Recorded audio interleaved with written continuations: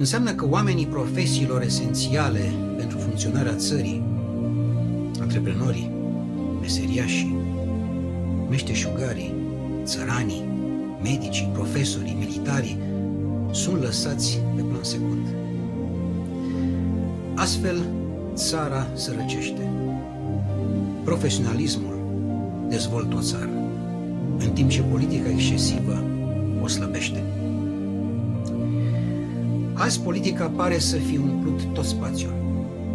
Mințile sunt confuze, iar inimile obosite. Viitorul nu este ceva care ni se întâmplă, ci ceva care se construiește prin noi, prin alegerile pe care le facem cu fiecare gând, cuvânt sau gest. Fiecare suflet, conștient sau nu, alege în fiecare moment.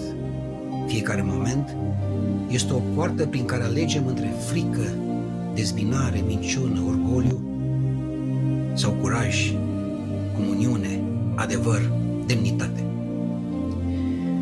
Momentul în care ne aflăm nu ne cere să ne revoltăm cu furie, nu ne cere să-i jignim pe ceilalți. Ne invită să facem ceva mult mai important, să ne trezim conștient și responsabil.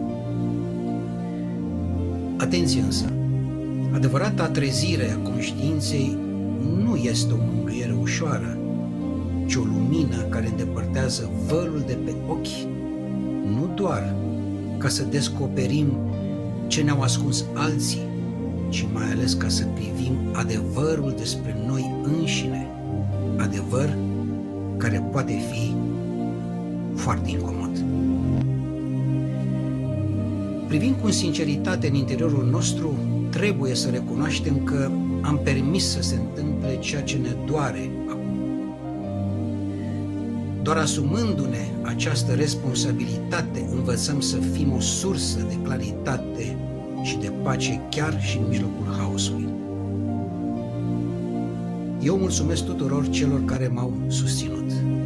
Înțeleg profund prin ce ați trecut mulți dintre voi, ați suferit, ați fost hărțuiți, înjosiți, nedreptățiți și marginalizați.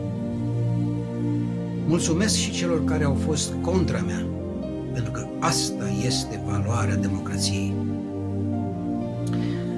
Acum voi lămuri și clarifica anumite aspecte și câteva dezinformări apărute în ultima vreme.